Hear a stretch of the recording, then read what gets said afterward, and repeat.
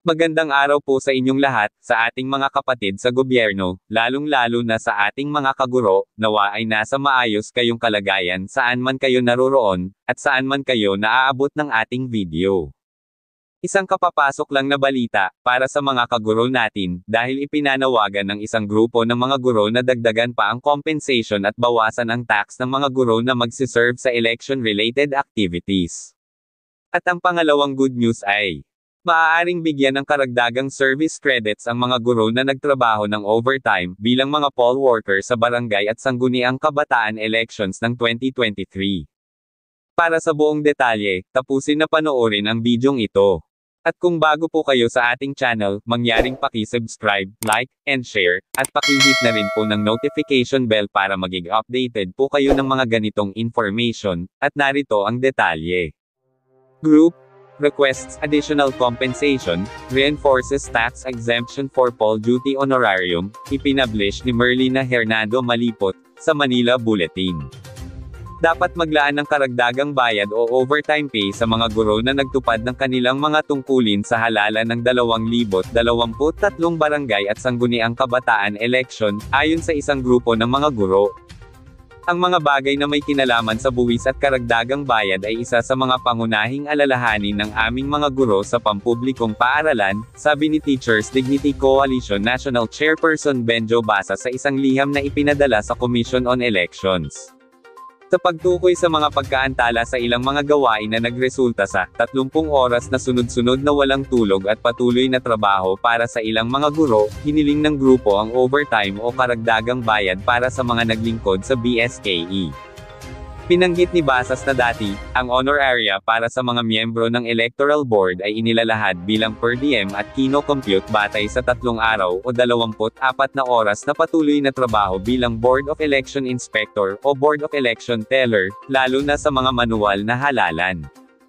Gayunpaman, marami sa aming mga empleyado ng DepEd ang nagtrabaho ng lampas sa 24 na oras at karapat-dapat sa overtime pay, sabi ni Basas. Sa mga nakaraang halalan, binanggit ni Basas na inaprubahan ng COMELEC ang parehong hiling.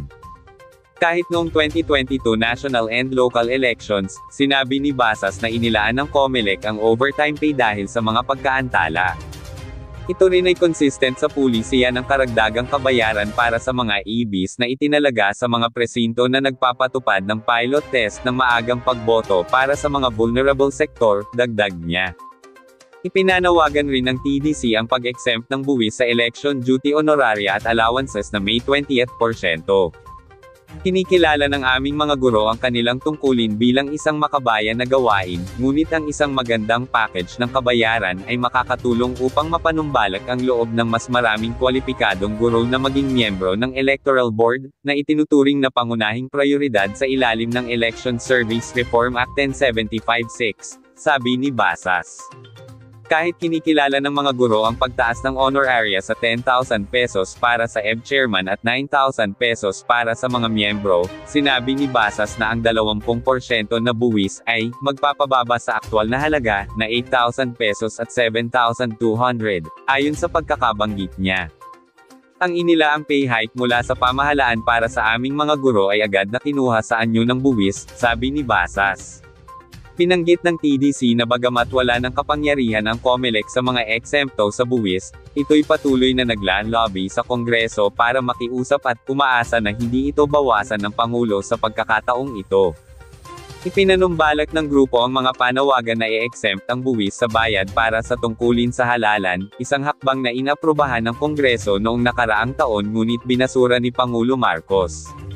Gusto naming humiling ng isang COMELEC resolution, o anumang uri ng opisyal na dokumento, na nag-e-endorso ng parehong hiling sa kinauukulan na ahensya, sabi ni Basas.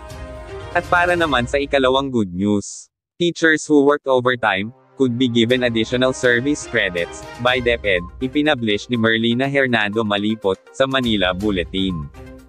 Maaaring bigyan ng karagdagang service credits ang mga guro na nagtrabaho ng overtime bilang mga poll worker sa barangay at sangguniang kabataan elections ng 2023, ayon sa Department of Education noong Huwebes 2 ng Nobyembre.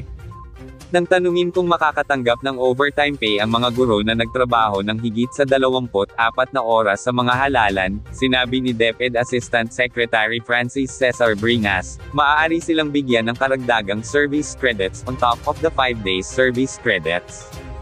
Ipinaliwanag ni Bringas, sa isang mensahe sa Viber sa mga reporter, na ang service credits ay, hindi pera kundi leave credits na katumbas ng sahod sa isang araw. Sa isang liham na ipinadala ng Teachers Dignity Coalition sa Commission on Elections, sinabi ng TDC na isa ito sa mga pangunahing alalahanin ng mga guro sa pampublikong paaralan na naglingkod sa BSKE. Sinabi ng TDC na dahil sa pagkaantala sa ilang mga gawain, kinailangan ng ilang guro na magtrabaho ng 30 oras, nang walang tulog. At sa kaugnay pa rin na balita, na ipinablish ni Christina Chi sa philstar.com. No overtime pay for teachers who extended BSKE 2023 duties. Manila, Philippines. Ang mga guro na nagpalawig ng kanilang mga tungkulin habang naglilingkod sa barangay at sangguniang kabataan elections ay hindi makakatanggap ng overtime pay, ngunit nag-alok ang Department of Education ng karagdagang service credit sa kanila. Sinabi ni Commission on Elections Chairperson George Garcia na bagaman nais ng komisyon na magkaroon ng kabayaran para sa dagdag na oras na ibinigay ng mga guro sa BSKE, ayon sa mga patakaran ng pamahalaan hinggil sa overtime pay, ang mga empleyado lamang ng isang ahensya ang karapat-dapat mag-claim ng overtime. Ang mga guro na naglingkod bilang mga miyembro ng Electoral Board ay hindi mga empleyado ng COMELEC, sabi ni Garcia sa isang mensahe sa mga reporter. Gayun din, ang pondo na ibinigay sa amin ay hindi naglaan para sa ganoong bagay, dagdag pa ng chairperson ng COMELEC. Sa isang mensahe sa mga reporter, sinabi ni Department of Education Assistant Spokesperson Francis Bringas na ang mga guro na kinailangang magtrabaho ng mas matagal sa panahon ng BSKE, maaaring bigyan ng karagdagang service credits sa ibabaw ng 5 araw na service credits. Ayon sa COMELEC Resolution No. 10933, ang lahat ng guro na nagtrabaho bilang mga kawani ng halalan ay may karapatan sa karagdagang 5 araw na service credit.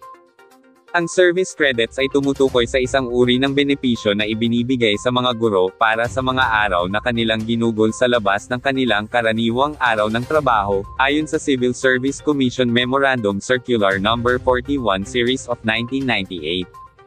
Ang mga credit na ito ay nagbibigay daan sa mga guro na mag-offset ng kanilang mga absences sa pamamagitan ng pagbibigay ng panahon sa kanila upang hindi makaapekto sa kanilang mga leave balances. Batay sa DepEd Order No. 53 Series of 2023, ang bilang ng mga vacation service credits na ibinibigay sa isang guro taon-taon ay limitado sa 15 araw ng trabaho. Ang mga regional o division offices ng DepEd ay mag-i-issue ng mga special order para sa pagkakaloob ng service credits, na nakasubject sa pagsusumit ng kinakailangang dokumento, ayon kay Bringas, na sinabi sa philstar.com sa isang mensahe. Isang araw pagkatapos ng BSKE, nag-ulat ang mga grupo ng mga guro tungkol sa mga pagkaantala sa pagkuha ng mga kagamitan ng halalan at kakulangan ng transportasyon, na nagpilit sa mga guro poll workers na magtrabaho ng overtime. May mga ilang nananatili sa mga canvassing sites hanggang hating gabi. Hiniling ng Alliance of Concerned Teachers at Teachers Dignity Coalition, 2 grupo ng mga guro na nagsagawa ng magkahiwalay na monitoring activities para sa BSKE, na maglaan ng COMELEC ng karagdagang kabayaran para sa mga guro na naglingkod ng lampas sa kanilang karaniwang oras ng trabaho. Batay sa mga ulat ng insidente na natanggap ng ACT, may hindi kukulangan sa 10 magkakaibang lugar o paaralan kung saan naranasan ng mga guro poll workers ang mga pagkaantala sa pagbalik ng mga kagamitan ng halalan at ang transportasyon ng mga balota sa mga canvassing sites. Ngayong taon, itinaas ng COMELEC ang honor area para sa mga kawani ng halalan, kung saan ang mga electoral chairpersons ay tumatanggap ng 10,000 peso at ang mga board members ay tumatanggap ng 9,000 peso, mula sa mga dating rate na 6,000 peso at 5,000 peso. Nagmumula sa mga halaga ng honor area ng mga guro sa halalan ang buwis na may dalaw 10% na bawas. Halos 500,000 guro mula sa mga pampublikong paaralan ang naglingkod bilang mga poll workers para sa BSKE ngayong taon, mahigit sa kalahati ng kabuoang populasyon ng mga guro sa DepEd na umabot sa higit sa 900,000. At dito po nagtatapos ang ating video. Kung nagustuhan mo ang ating video ngayon, maaaring mag-iwan ng comment sa comment section para po patuloy kayo maka-access ng latest information. Mangyaring paki-subscribe, like at share para ma-notify po kayo ng mga latest updates. Maraming salamat po.